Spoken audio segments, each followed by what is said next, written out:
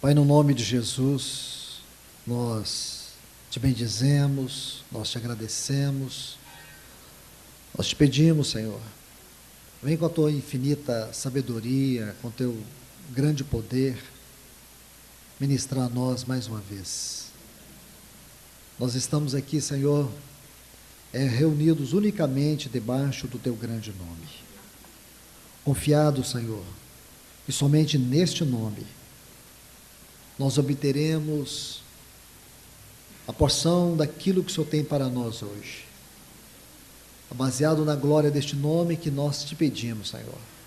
Fala conosco. Fala com cada um de nós, Senhor. Abra os teus céus e nos dê um momento de refrigério, Senhor, onde nós possamos sentir a tua presença como bom pastor, nos levando aos pastos verdejantes, às águas tranquilas. Nós clamamos a ti, Pai, no grande nome de Jesus. Amém. Meus amados irmãos, irmãs, vamos prosseguir dentro deste tema que o Senhor tem nos permitido estudar aqui esses dias, acerca da vida cristã nos lugares celestiais.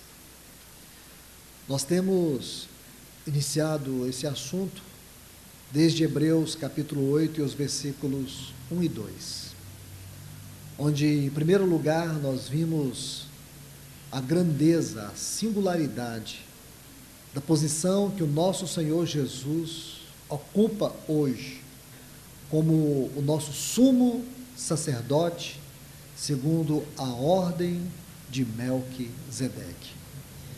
Nós entendemos pela palavra de Deus que este é um assunto extraordinário para nós. E como nós precisamos entender isso do ponto de vista da experiência e não apenas da doutrina.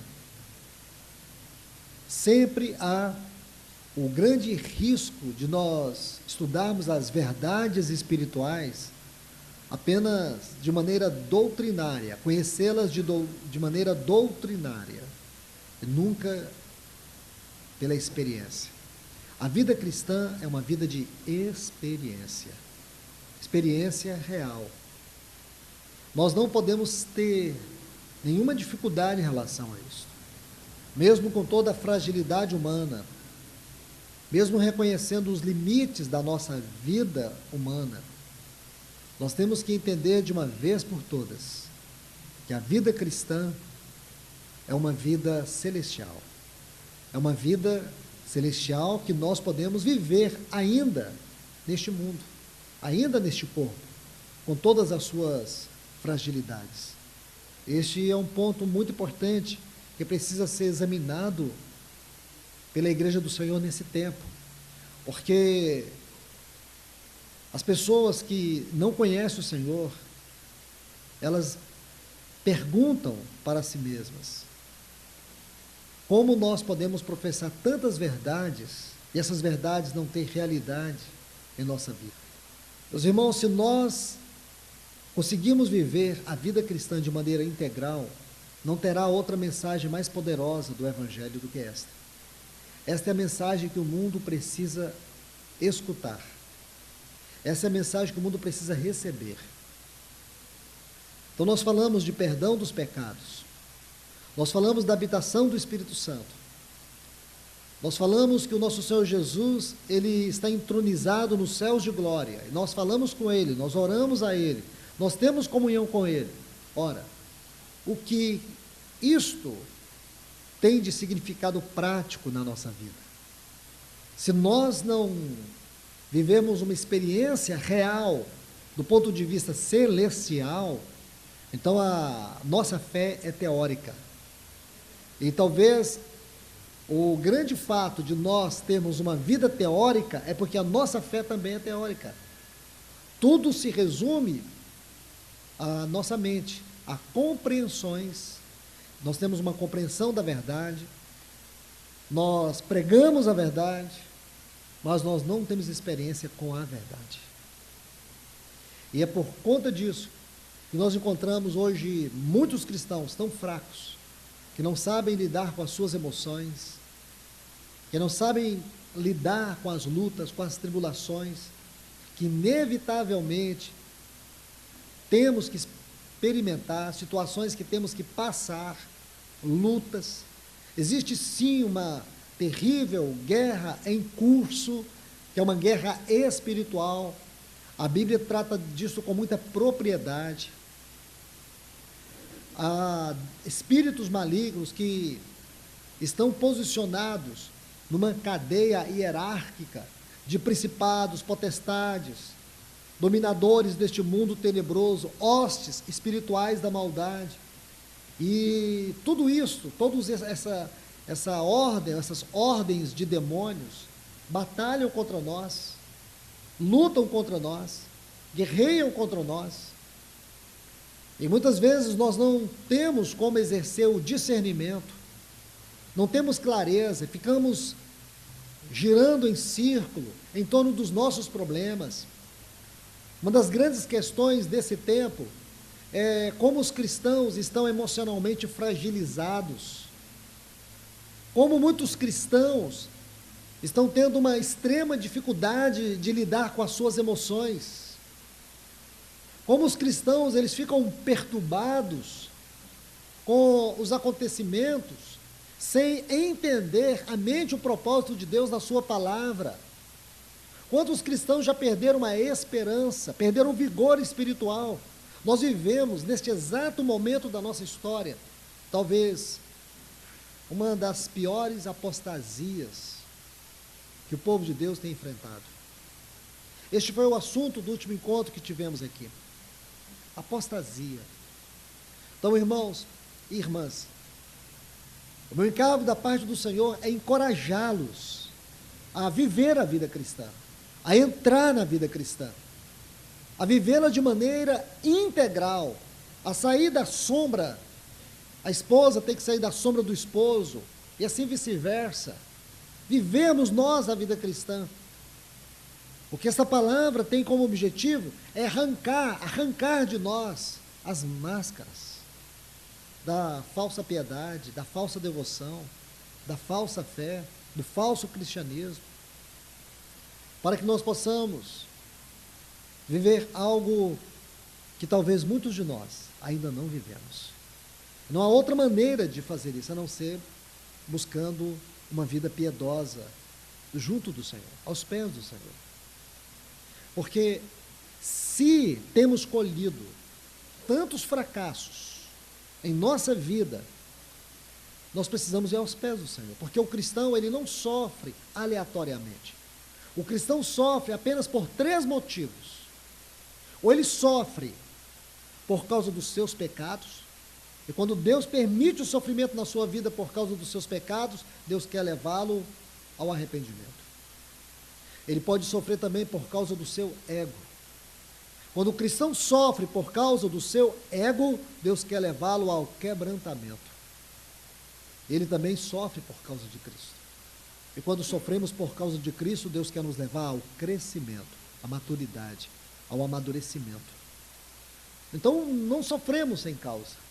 Nenhum dos servos de Deus que você estude na palavra, aqui na Bíblia Sagrada, você vai encontrar o sofrimento sem causa em suas vidas, em suas experiências. Passaram por sofrimentos tendo um propósito específico, um propósito distinto. Então, meus irmãos e irmãs, vamos nos contextualizar na palavra de ontem. Nós começamos a examinar aqui o capítulo 4 de 2 Coríntios, desde o versículo 16, e seguimos desde o versículo 16, entrando pelo capítulo 5, lendo até o versículo 7. E aqui podemos ver algumas coisas muito importantes.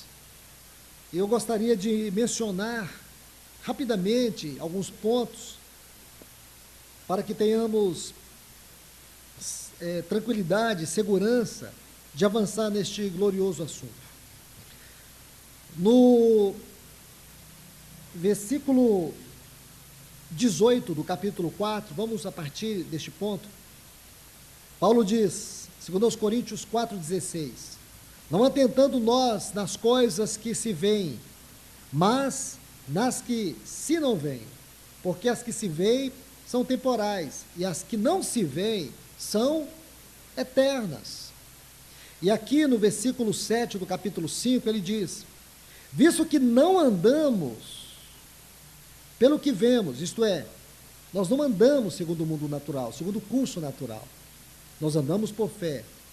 Então ele diz, visto que andamos por fé e não pelo que vemos. Se você olhar a conexão desses dois versículos, é muito importante. Isso define o que é andar no Espírito. Lembra de Gálatas 5,16? Andai no Espírito, e jamais satisfareis os desejos da carne.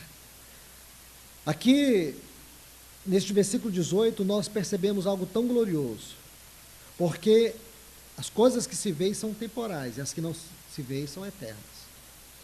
Isso para uma pessoa não cristã é absurdo, ele jamais vai compreender isso. Como que nós podemos viver a vida cristã acreditando que aquilo que nós não conseguimos ver com os nossos olhos são as coisas eternas? Não é que essas coisas elas não podem ser vistas. O que quer dizer que dentro da esfera deste tempo, deste tabernáculo, desta casa terrestre, desse corpo que nós estamos vivendo, ainda não se manifestou o que havemos de ser, ainda se manifestará. E neste momento, Deus nos deu um dom. Este dom é o dom da fé. Quando Paulo diz em Efésios capítulo 2, pela graça sois salvos, por meio da fé. E isto, esta frase, isto, na gramática do texto original, significa que nem a graça e nem a fé vem de nós, é um dom de Deus. Então, a fé é um dom. Nós não nascemos tendo fé. Jesus, ele é o autor e consumador da nossa fé. A esfera aonde ele está, nós só podemos alcançar por meio deste dom que ele nos deu. Mas ele não nos deu só o dom da fé, para nós possuirmos, entrarmos e desfrutarmos da vida celestial. Ele nos deu algo mais que está aqui no capítulo 5, que iremos estudar daqui a pouco. Ele nos deu o seu Espírito, como um penhor. Então nós podemos sim entrar. Este é o grande segredo da fé. Este é o grande segredo da vida cristã, é que nós podemos entrar. O que a Bíblia diz, para nós é real. A Bíblia diz que existe um tabernáculo, que é o maior e mais perfeito tabernáculo, onde Cristo está como o nosso sumo sacerdote. No capítulo 10 de Hebreus, e o versículo 19, diz que nós temos ousadia. Nós temos ousadia de entrar no lugar santíssimo. Qual lugar santíssimo, irmãos? Existe algum lugar santíssimo hoje? Existe sim. Sempre existiu. Aquele tabernáculo que Moisés construiu foi temporário. Ele era simplesmente uma pequena ideia que Deus queria comunicar de si mesmo, dele mesmo, porque Deus é um grande santuário, Deus é um grande tabernáculo. A palavra tabernáculo, templo, só expressa o grande desejo que Deus tem em si mesmo e de si mesmo para se unir com o homem, para alcançar, ter o homem, ter comunhão com o homem. Comunhão é a palavra que define Deus. Deus é comunhão. Comunhão é o eixo central por onde toda a Trindade se move. A Trindade se move sobre o eixo da comunhão. A Trindade, ela não se move fora da comunhão. Tudo que a Trindade é, e todas as suas atividades, se move dentro do eixo da comunhão. Por isso a comunhão para a igreja não é uma espécie de reunião onde as pessoas que têm as mesmas afinidades, os mesmos pensamentos, as mesmas ideias, as mesmas preferências se reúnem. Comunhão é uma realidade celestial que Deus nos deu quando Cristo, o Verbo, se fez carne, habitou. A palavra habitou ali em João 1,14 é o vocábulo grego eskenoo. E sabe o que significa isso? Tabernaculou. Agora aquele tabernáculo eterno ele desce na pessoa do Filho de Deus, o Senhor Jesus. Ele desce para que nós agora fôssemos unidos a Ele nesta pericorese, uma palavra que foi criada pelos pais capadócios, Gregório de Nissa, Gregório Naziano. Esses pais capadócios, eles tinham uma palavra para poder mostrar o como da Trindade, como que a Trindade sempre existiu. Essa foi uma das palavras que eles usaram para poder falar o como. Se eles vivessem uma eterna dança, perímetro, em torno, e corese dança. É como se a Trindade vivesse uma realidade infinita de amor, afeto, de um relacionamento perfeito, onde eles não dependiam de nada, nem de ninguém, não necessitavam de nada e nem de ninguém. Mas Paulo vai desvendar algo para nós, irmãos, que a mente humana não pode entender. Um dia, Deus quis. Ninguém o forçou a isso. Ele desejou, no conselho da sua eterna vontade, por causa do seu bom prazer, isto é, o bom desejo, o precioso desejo, o glorioso desejo que ele tem em si mesmo, e de si mesmo, e para si mesmo, ele desejou ter pessoas como eu e você, como parte desta trindade, desse tabernáculo. Isso não é grande demais, irmãos? Você consegue alcançar isso? Você consegue tocar isso por você mesmo? Ninguém consegue, irmãos.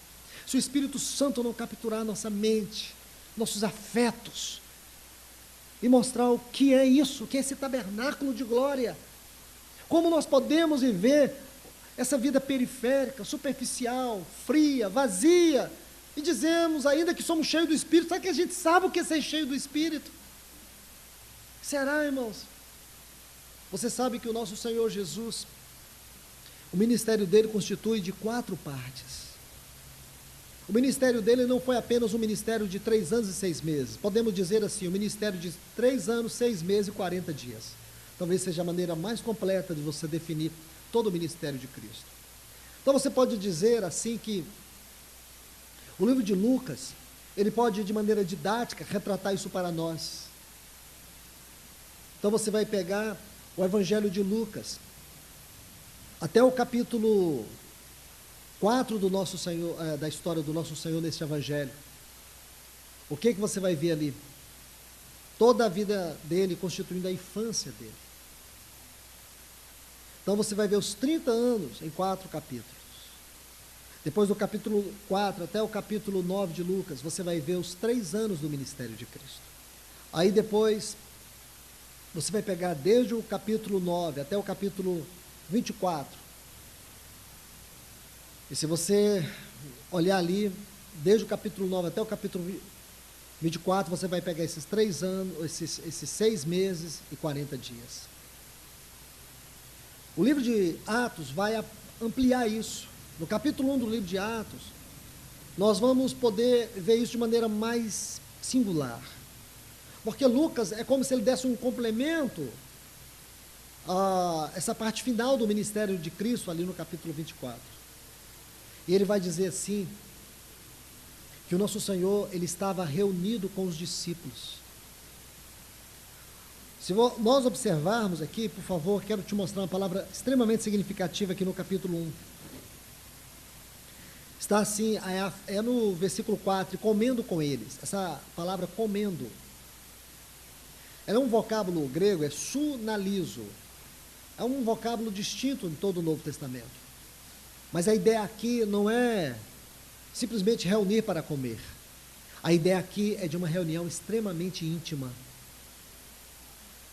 O que o nosso Senhor Jesus esteve nesses 40 dias? Alguns de nós podemos pensar que Jesus Cristo, nosso Senhor, ele morreu, ressuscitou e ascendeu aos céus. Então aqui você vai descobrir que ele não ascendeu aos céus após a ressurreição. Nosso Senhor, ele ascendeu aos céus depois de 40 dias. Todos nós sabemos disso. E o que ele fez durante esses 40 dias? Podemos dizer que esta é a parte mais íntima do seu ministério. Não foi um ministério público, foi um ministério íntimo. Aqui ele chamou os seus discípulos e reuniu com eles de maneira íntima. Ele lhes deu as últimas instruções. E nós sabemos que Dentre essas últimas instruções, ele vai concluir com o versículo 8 aqui de Atos dos Apóstolos, capítulo 1. Ele disse assim: e recebereis poder, ao descer sobre vós o Espírito Santo, e sereis minhas testemunhas, tanto Jerusalém, Judéia, Samaria, até os confins da terra. E quando nós lemos Atos 2, nós vemos que o Espírito Santo verdadeiramente desceu sobre os discípulos. Aquele derramado Espírito Santo foi algo glorioso. Foi um dos grandes acontecimentos. Podemos dizer assim, que a cruz e o Pentecoste são dois grandes acontecimentos na história da igreja. Nós não podemos ver esses eventos separados, e nem tampouco achar que um foi maior do que o outro. Nós temos que unir esses acontecimentos e refletir nossa vida dentro do contexto desses acontecimentos, não apenas como aqueles que foram salvos, mas como aqueles que também foram habitados pelo Espírito Santo, porque ele não veio fazer uma obra pequena, ele veio fazer uma obra tão grande, tão gloriosa como foi a obra redentora de Cristo Jesus. Então não podemos diminuir a obra do Espírito Santo. Esses dois acontecimentos, essas duas obras, elas são vistas de maneira unidas, juntas. Nosso Senhor, ele tentou, irmãos, na sua infinita gloriosa sabedoria, abrir os olhos daqueles discípulos. E na sua gloriosa tentativa, essas verdades, com certeza, penetrou no coração deles, construindo convicções gloriosas, que eles puderam ver depois, que tudo aquilo que o nosso Senhor fez, tudo aquilo que Ele falou, tudo aquilo que Ele ensinou sobre o Espírito Santo, era uma experiência muito maior do que eles podiam imaginar. Ele falara do Consolador, do Paracleto. João registra isso com extrema propriedade nos capítulos 14, 15 e 16. Esses 3 capítulos do Evangelho de João precisam ser examinados por nós com extremo cuidado, zelo, especialmente vendo o que o nosso Senhor estava tratando, ensinando acerca do ministério do Espírito Santo. E foi justamente isso que a igreja primitiva viveu naquele início. Aqueles primeiros anos foram tão importantes e significativos. Agora, irmãos, se aquela realidade, se aquela experiência foi tão importante no início da história, do encargo, da responsabilidade, do chamamento, da vocação da igreja, para iniciar a sua jornada aqui na terra, o que nós diremos sobre a obra do Espírito Santo nessa etapa final? Será que o Senhor esqueceu da sua igreja? Será que nós não vamos experimentar nada disso?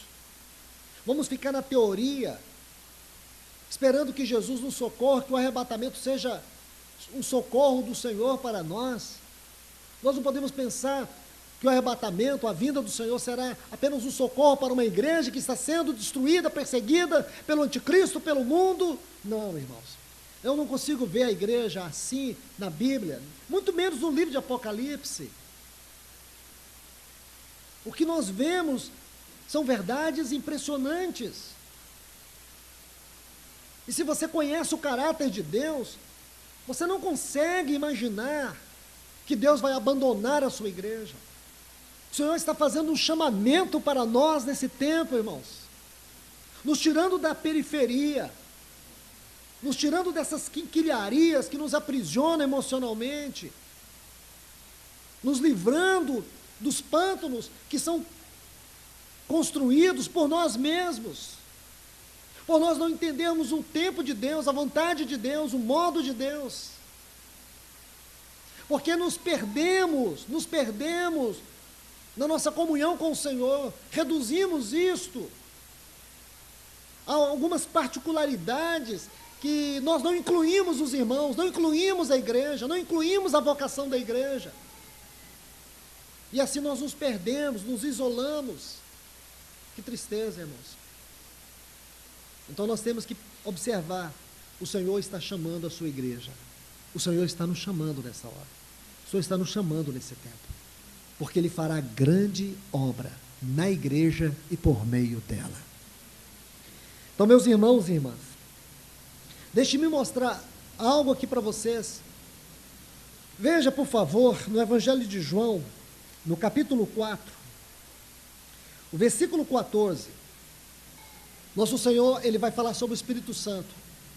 Observe estes textos com muito cuidado. Nosso Senhor dizendo para aquela mulher samaritana: aquele, porém, que beber da água que eu lhe der, nunca mais terá sede. Pelo contrário, a água que eu lhe der será nele uma fonte a jorrar para a vida eterna. Nosso Senhor está falando algo para essa mulher. Nós sabemos que existe um princípio muito importante quando nós estudamos os ensinos do nosso Senhor. Tudo o que Ele fez, tudo o que Ele ensinou, constituem as verdades mais profundas da Bíblia. Então, quando o nosso Senhor diz para essa mulher: aquele, porém, que beber da água que eu lhe der, nunca mais terá sede. Pelo contrário, a água que eu lhe der será nele uma fonte a jorrar para a vida eterna. Por favor, capítulo 7.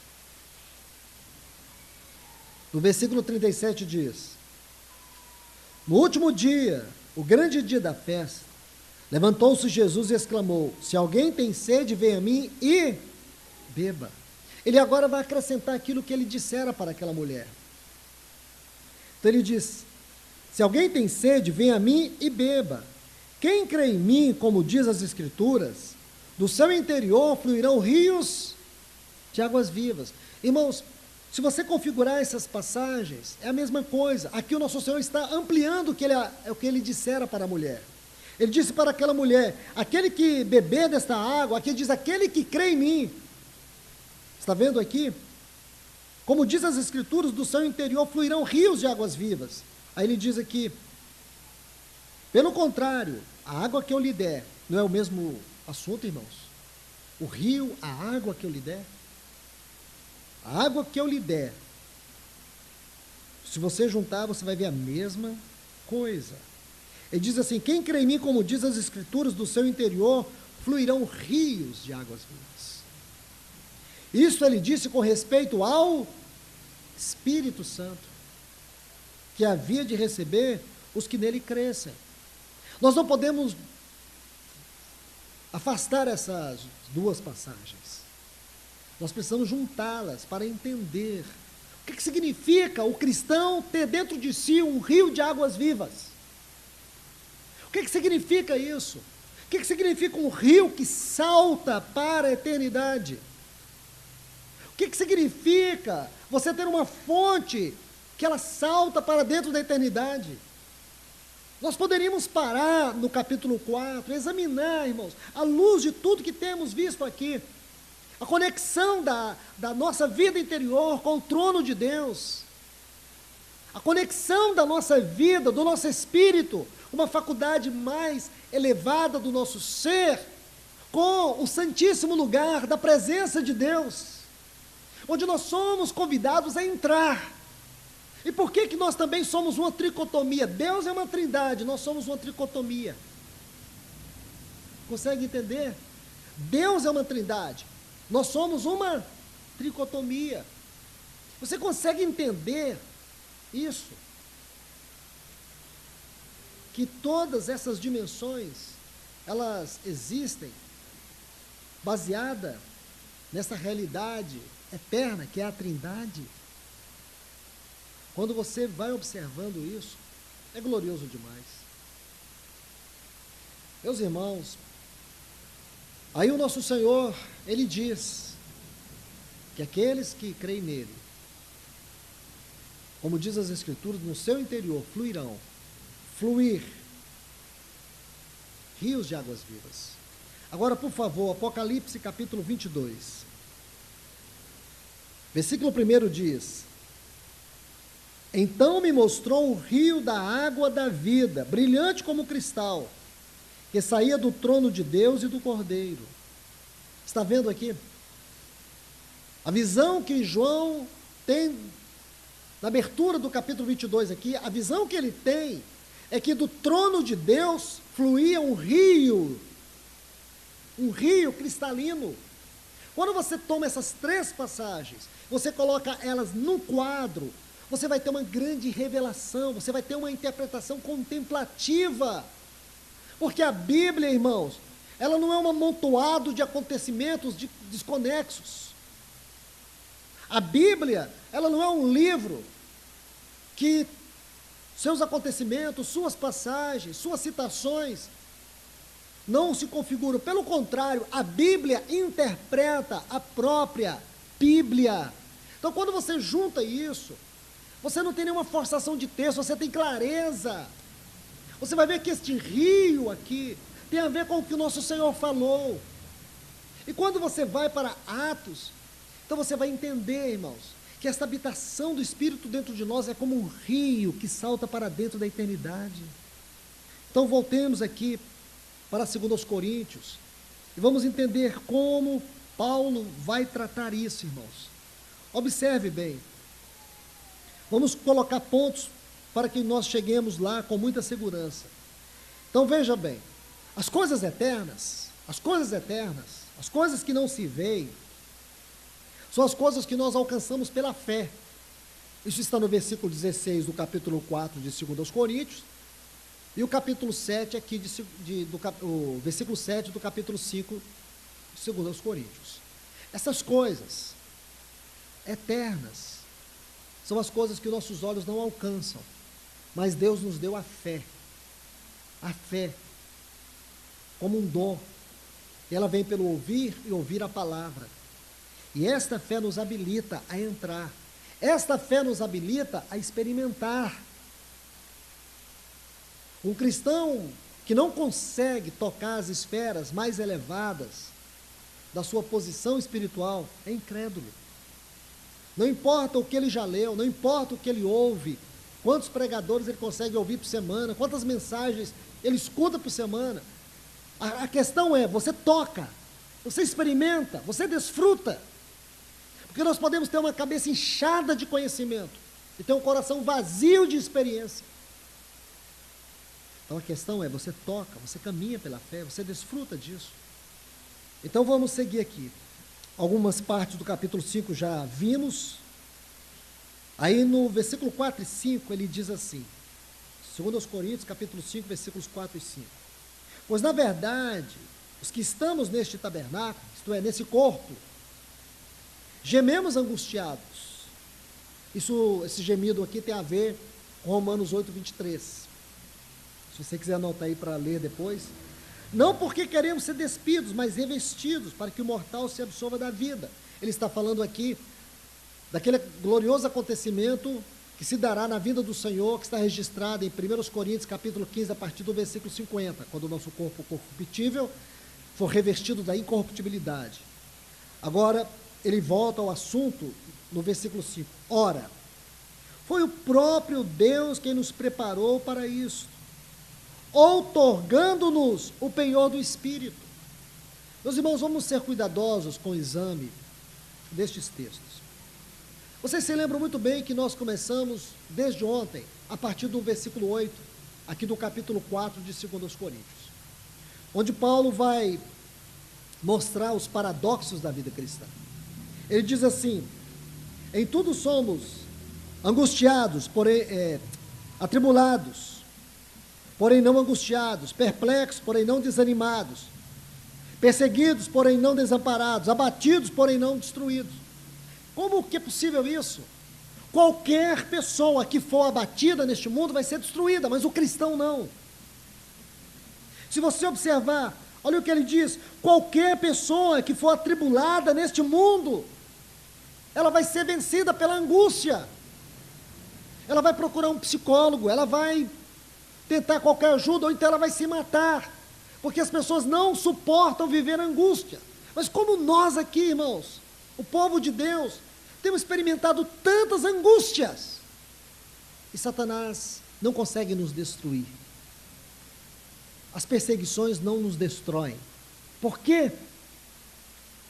Você tem uma vida emocional, um corpo natural, como qualquer outra pessoa que não crê em Deus. Mas a diferença é que aquele espírito, aquela faculdade elevada que estava morta, ela foi vivificada quando você nasceu de novo e vos vivificou. Onde nós fomos vivificados? Nosso espírito. Ele agora viveu. A nossa vida espiritual, ela passa a existir, funcionar dentro de nós. Agora a consciência, a comunhão e a intuição, essas três faculdades do nosso espírito, elas se abrem para a eternidade. É aqui que Deus vai falar, é aqui que Deus vai guiar, é aqui que Deus vai revelar, é aqui que Ele vai manifestar, é aqui que Ele vai nos encher do seu espírito, é aqui que Ele vai habitar, no nosso espírito. Compreende, irmãos? Aí você vê a importância de ter uma mente sã. Embora a mente é uma faculdade da alma, mas quando você coloca as faculdades da alma, mente, vontade e emoções, você coloca as faculdades do espírito, você vai ver que as faculdades do espírito, quando elas estão entregues, elas estão consagradas, quando elas estão habitadas pelo Espírito Santo, por meio da palavra, por meio do Espírito, então a vida no Espírito vai governar o que sinto, o que penso, o que quero, mente, vontade, emoções. Mas nós precisamos entender, temos uma grande responsabilidade. A questão é que os cristãos, eles querem que tudo funcione de maneira automática. Eles não querem pagar o preço da consagração, da vida devocional. Sabe, irmãos, uma das grandes tragédias que muitos cristãos experimentam na sua vida é simplesmente o fato deles não terem uma disciplina de vida devocional. Você vai ver o cristão, ele tem o time de futebol dele, gosta do time de futebol, ele discute política, ele sabe tudo de política, ele sabe tudo que está acontecendo no mundo social, ele conhece profundamente isso, ele discute esses assuntos com muita propriedade. Ele sabe o que está acontecendo nos Estados Unidos, ele sabe o que está acontecendo na Europa, na Inglaterra, ele conhece tudo. Não estou dizendo que o cristão tem que ser um tapado. Mas, curiosamente, não sabe nada das verdades celestiais, ou não tem nada de experiência nela. É vazio. Não tem conteúdo. Quando fala das coisas é de maneira muito teórica. Não tem nada mais triste do que você ficar ouvindo pessoas que a única coisa que elas têm é teoria. Você não consegue sentar e sentir vida. Então nós temos que ser cuidadosos. Isso tem sido uma tragédia, porque muitos cristãos se perderam na vida devocional. Eles só oram porque eles têm problema. Nunca a oração é uma consequência do relacionamento com Deus. Se torna um instrumento de conquista, um instrumento de constranger Deus a fazer a nossa vontade. Isso não é oração, irmãos. Oração é comunhão com Deus. Oração está muito mais ligada ao falar de Deus conosco do que ao nosso falar com Deus. Porque se a oração fosse simplesmente o nosso falar com Deus, é um mero monólogo inútil. Claro que tem o nosso falar com Deus, mas esse falar com Deus, um dia você vai descobrir que ele é muito bem fundamentado no falar de Deus conosco. Tem muito mais a ver com a palavra de Deus habitando nossa vida do que nós sermos recheados de problemas e necessidades. Então, queridos, vida devocional, vida aos pés do Senhor. Sem isso nós jamais vamos entender o que é a vida cristã celestial. Se você está esperando para descobrir os céus, conhecer os céus, experimentar os céus, após a vinda do Senhor, você pode estar completamente enganado. Porque eu acredito, irmãos, e a Bíblia nos dá completa base para isso. Os salvos em Cristo, aqueles que verdadeiramente amam o Senhor e estão ansiosos, anelantes pela volta do Senhor, eles querem e já podem, e estão experimentando os céus agora. Estão experimentando os céus na angústia, estão experimentando os céus nos sofrimentos, nas crises. eles estão experimentando os céus aí. Então, meus irmãos e irmãs, olhe que este versículo 5 vai nos dizer. Ora, foi o próprio Deus que nos preparou para isso. Deus nos preparou para isso.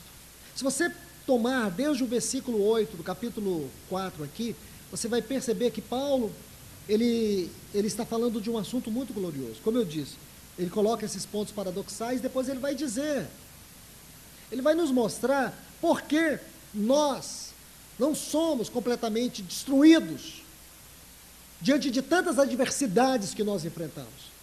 É porque nós temos um tabernáculo celestial aberto, escancarado para nós. Por mais que esse homem exterior, ele sofra dano, quando ele diz aqui, por favor, no versículo 16, mesmo que o nosso homem interior se corrompa, então você vai pegar as palavras aqui, ó, no versículo 8 e 9, você vai pegar a palavra angustiado, você vai pegar a palavra desanimado, você vai pegar a palavra desamparado, você vai pegar a palavra destruído.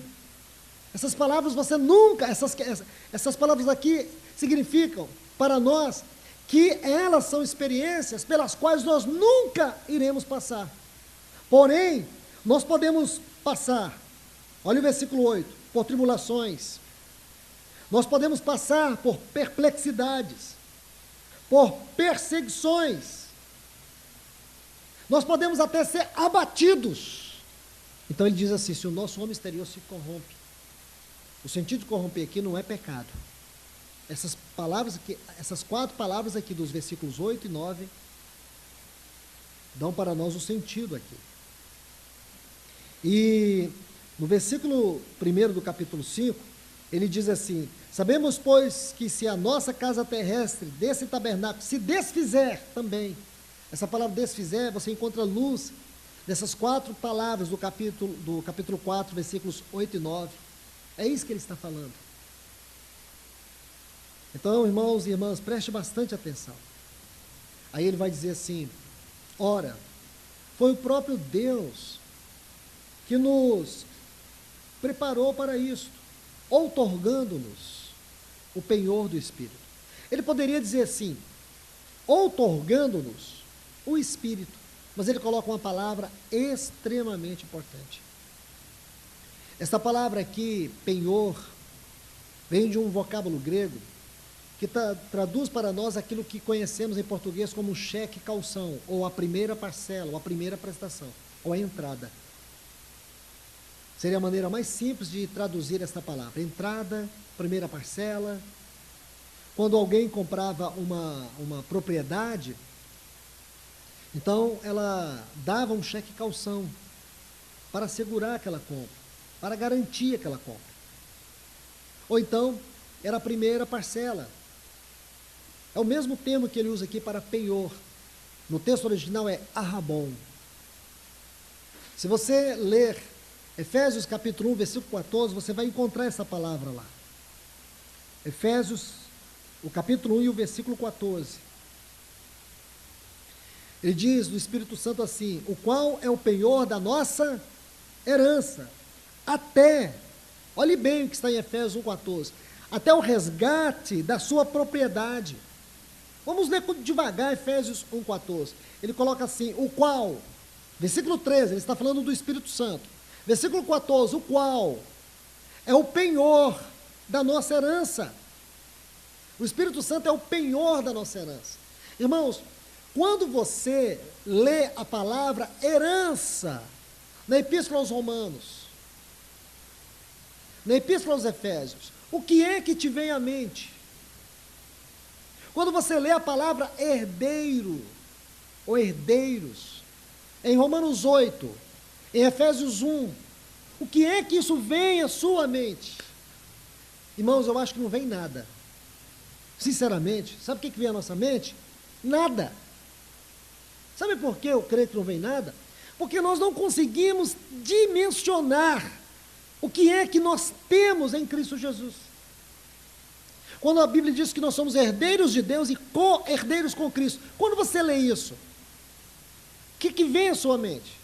Qual é a sensação? Imagine, se uma pessoa chegasse para você aqui e falasse, olha, aqui está um cheque de 10 bilhões, é seu. Aí você pega assim, meio incrédulo. Mas eu creio que as pessoas hesitariam de dizer assim para todo mundo, gente, eu ganhei um cheque de 10 bilhões. A pessoa disse, é meu, eu estou dando isso para você. Aí você vai e pega, acho que você não ficaria impactado. Mas a curiosidade te levaria até o banco. E você chamaria o gerente e diz, esse cheque aqui, tem fundo?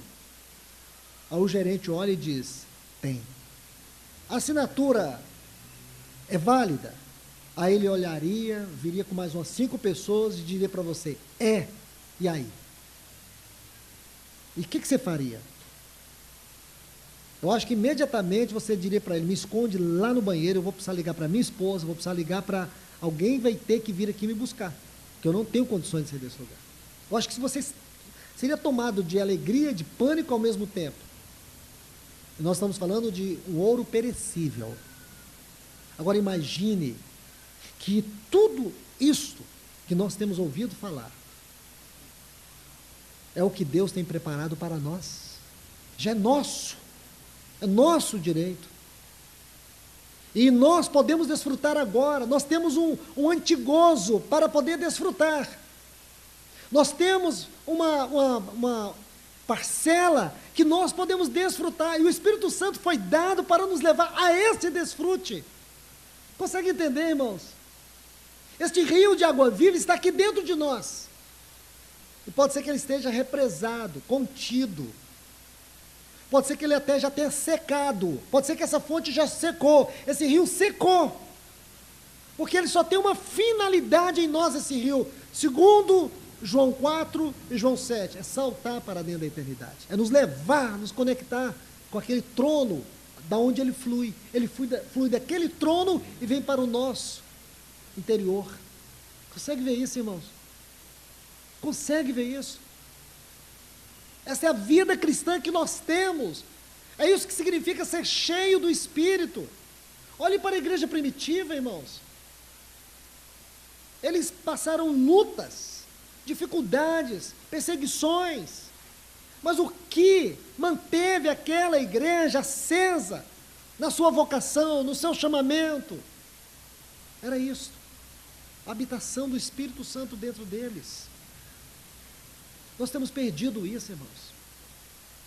Nós temos perdido, nos tornamos uma igreja doente. Cristãos emocionalmente doentes, desanimados. Falamos de coisas celestiais que nós nem cremos. Muitas vezes cantamos de coisas gloriosas que nós não cremos. Eis a razão porque existe hoje tanta frieza no meio do povo de Deus. Nós nos desconectamos com os céus.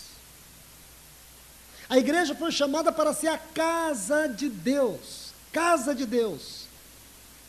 Lembra? 1 Timóteo capítulo 3, versículos 14 e 15. Paulo estava dizendo para Timóteo, se eu tardar, eu quero que você saiba como se deve portar, conduzir na igreja, que é a casa de Deus. Ela é coluna e é baluarte da verdade. A coluna é para sustentar, o baluarte é para proclamar. A igreja é a casa de Deus. Esse é um assunto maravilhoso. É um assunto riquíssimo. Esse é o assunto, posso dizer assim, é o assunto mais elevado do livro dos Salmos. A igreja como casa de Deus. Como a coluna e como o baluarte da verdade. A coluna é porque ela liga os céus na terra. Compreende isso? Lá no capítulo 28 do livro de Gênesis, quando Jacó chegou em Betel, o que significa Betel? Casa de Deus. Existe um paradoxo no livro de Gênesis entre Betel e Babel. Nomes parecidos. Só que Betel é casa de Deus e Babel é confusão. Parece, irmãos, que nós nos identificamos muito mais com Babel do que com Betel. Porque existe tanta confusão, tanta divisão, tanta intriga, tanto problema, tanta dificuldade. Sabe por quê, irmãos? Porque a vida tem deixado de governar. O homem tem colocado suas mãos. Nós queremos programa, nós queremos do nosso jeito. Quando você estuda a igreja primitiva, você vai ver que a vida governava todas as coisas. O Espírito Santo separava quem ele buscava entre aqueles para poder servir a ele. E nessa experiência de servir a ele, fosse um instrumento para a obra. A obra era a obra do Espírito, não era a obra dos apóstolos. O ministério dos apóstolos era, em primeiro lugar, ao Espírito Santo.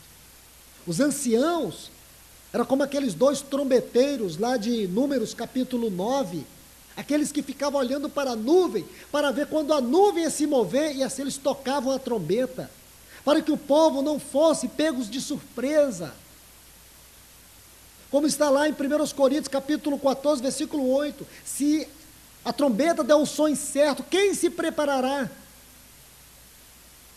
Então, muito do despreparo que existe no meio do povo de Deus é porque está faltando esses trombeteiros. Irmãos, nós temos que pensar nisso seriamente. Se nós estamos vivendo com coerência o testemunho da igreja como casa de Deus, aquele lugar onde o céu se encontrava com a terra, lembra? Babel é o esforço do homem tentando chegar a Deus. Sabe qual é o sinônimo disso? Religião. A palavra religião vem do latim religare, é o homem tentando se ligar a Deus. Aonde isso começa? Babel. E de Babel nós temos Babilônia. E o que é Babilônia? Podemos dizer sobre muitos aspectos, mas vou citar um. É o lugar onde o povo de Deus está retido. Qual é a base para isso? Livro de Esdras. Havia 800 mil judeus na Babilônia. Porém, quando Deus levantou Josué e Zorobabel, quantos, através do ministério dos profetas, se levantaram para poder reedificar a casa de Deus em Jerusalém? Quantos se levantaram? 50 mil. Então, nós vemos ali, a grande maioria ficou retido na Babilônia, no conforto da religiosidade, não é verdade? Na segurança da religiosidade. Então você junta isso e vai para Babel, é isso. Diante de Deus não passa de uma confusão, é uma tentativa de chegar a Deus. Agora, quando você chega lá em Betel, Jacó tem uma visão que ele vê uma escada que toca os céus, os anjos subindo e descendo. Aí disse, Deus está no meio dela, Deus está no alto dela. E diz, quão assombroso, a palavra terrível ali é isto, quão assombroso é este lugar. Este não é outro lugar, senão a casa de Deus, a porta dos céus. Irmãos, nós não podemos interpretar a Bíblia de maneira isolada. Uma coisa que é dita em Gênesis, ela tem que configurar com o Apocalipse. Então, quando você estuda o assunto, a doutrina da igreja como casa de Deus, e você sabe que a igreja é a casa de Deus, e aqui você tem a expressão casa de Deus. Existem outros nomes? Claro que existe, mas aqui temos casa de Deus, lá em Timóteo, casa de Deus. E você vai ver que aqui a casa de Deus, ela tem uma porta. Isso não é diferente daquilo que Jesus disse em Mateus 18, 18. O que for ligado na terra, terá sido ligado nos céus. O que for desligado na terra, terá sido desligado nos céus. Palavras profundas do nosso Senhor. E ele vai dizer, se dois dentre vós concordarem acerca de alguma coisa, acerca da vontade do meu Pai, isso será aceito nos céus. Aí ele vai colocar assim, versículo 20. Porque onde estiver dois ou três reunidos em meu nome, ali eu estou presente. O que significa esse ligar na terra, ligar no céu? Então aqui nós temos uma definição da igreja. E aqui nós temos uma realidade da igreja. É o ambiente da concordância. É onde nós nos reunimos debaixo do nome do Senhor. Não é uma questão de quantidade, mas de realidade. Porque podemos ter muitos irmãos sem realidade. Mas quando temos pelo menos dois ou três com realidade, ali o Senhor está presente.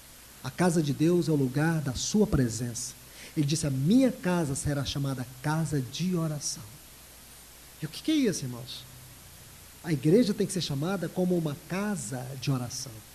O lugar da comunhão entre os céus e a terra. A igreja tem que ser conhecida como um lugar de comunhão entre os céus e a terra. O mundo pode achar isso a maior loucura, nós não. Isso tem que ser para nós a maior realidade. Não é uma confusão. Você vê que toda obra de Satanás é produzir Babel, é produzir confusão entre nós. Toda obra de Satanás é produzir confusão. Porque ele sabe que à medida que ele vai produzindo confusão, ele vai destruindo a realidade, a natureza, o caráter, o chamamento e a vocação da igreja. Então, meus irmãos, isso é extremamente sério. Extremamente sério. Nós precisamos urgentemente estar aos pés do Senhor. Então, deixe-me voltar aqui para o versículo 14 de Efésios, capítulo 1. O qual é o penhor da nossa herança, até o resgate da sua propriedade. Então, o Espírito Santo foi nos dado, olhe bem, como o primeiro pagamento da nossa herança. Ele é o penhor da nossa herança. Não é curioso, irmãos? Se a palavra penhor significa o pagamento inicial, ele é o pagamento da nossa herança. O que quer dizer isso? É extremamente curioso. O Espírito Santo, ele é o penhor, ele é o primeiro pagamento da nossa herança. Sabe o que isso quer dizer? Que ele nos foi dado, nesse ponto aqui, ele nos foi dado como uma parte da herança que já é nossa. Extremamente glorioso isso, irmãos. Consegue enxergar isso? Você consegue ver? Deus, ele nos deu Cristo. Ele nos deu Cristo para pagar o alto preço do nosso resgate. Então, o primeiro pagamento foi Cristo. Consegue entender isso? Ele nos deu Cristo para nos pagar. E Deus não nos comprou de Satanás. Deus não deu Cristo para pagar Satanás. O problema de Deus quanto à redenção nossa era um problema dele com ele mesmo. Ele não pagou Satanás para poder nos tirar das mãos dele. Todo o pagamento foi para satisfazer a justiça de Deus. Entende, irmãos? Então, este foi o primeiro pagamento. Agora nós temos um outro pagamento. E diz que esse pagamento é um pagamento para nós.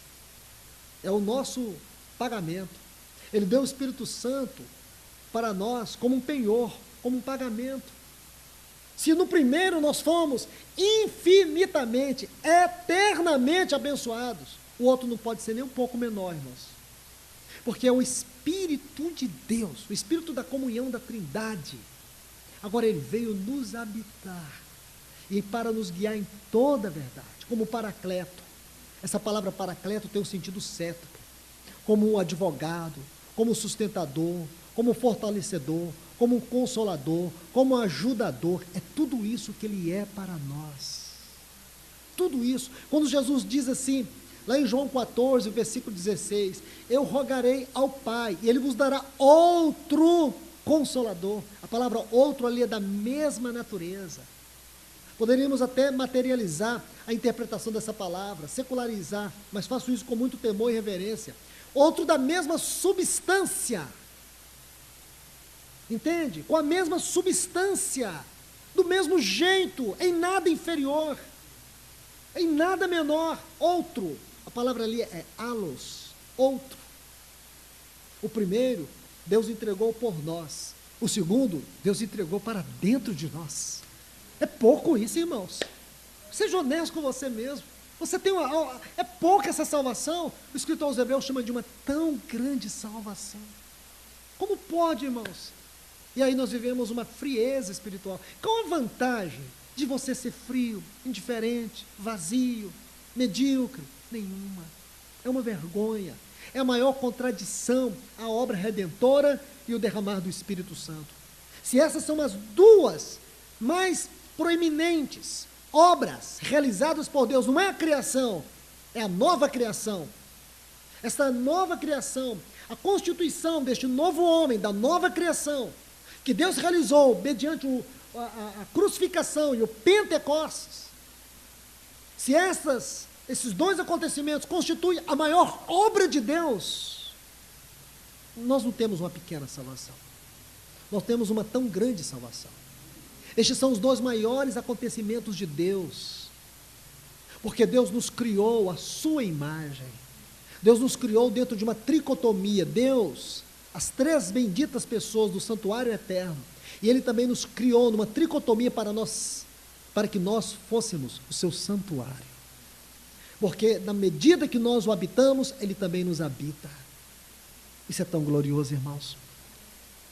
Não temos palavras para descrever a grandeza da vida cristã, do privilégio que temos de estar aqui hoje cantando essas canções, reunidos juntos, mesmo com as nossas debilidades, nossas dificuldades, as nossas fraquezas, mas diante de um Deus que não desiste de nós. Você pode ter sido indiferente a Ele a todo tempo, mas Ele está te chamando a todo tempo. Ele está pedindo que você retorne para Ele. O privilégio de você estar aqui é a prova disso, de que Ele não desistiu, de que Ele continua com os olhos sobre você, que Ele te conhecia antes de você nascer, que Ele te chamou, que Ele te deu. Você é uma dádiva. Não fique dizendo aí, aceitando a depressão, aceitando a ansiedade, aceitando as lutas como reprovações da sua vida. Não aceite nada disso. Deus te deu, você é uma dádiva. E sabe o que significa esse dar? Isso mostra a essência e o caráter de Deus, porque todo ser de Deus é uma doação. Tudo que Deus fez, Ele fez no senso do seu caráter. Ele não cobra de nós o ar que respiramos. Imagine se chegasse a conta do ar que você respira, e se um dia você não pagasse, o ar fosse cortado, ou diminuído. Ele não faz nada disso, irmãos. Ele não cobra o ar, não cobra o sol, porque todo o universo é uma dádiva.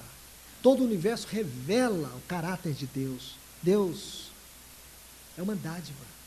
Tudo que Ele fez é uma dádiva. E Ele nos fez também como dádivas. E a gente não quer ser uma dádiva. A gente só quer reter, só quer receber, só quer ganhar. Aí é onde as doenças psicológicas surgem. Aonde você se torna o centro de tudo. Você se perde. E é nesse senso de querer ser o centro de tudo é que a gente cai no laço da vida cristã periférica. Então, meus irmãos e irmãs, que o Senhor nos ajude a entender isso mais uma vez. Que o Senhor possa se derramar de maneira gloriosa através dessa palavra nos nossos corações. Amém? Que Deus nos abençoe. Vamos orar. Amado Deus, querido Pai, te agradecemos, Senhor, mais uma vez. Senhor, nós reconhecemos o quanto nós somos extremamente necessitados de Ti. Então, mais uma vez, nos ajude, Senhor. Por favor, Deus. Continue com a Tua palavra aqui, Deus, perfurando, penetrando, falando, convencendo, consolando. Nós te pedimos em nome de Jesus, Senhor. Obrigado por mais uma vez nos reunir em Teu nome.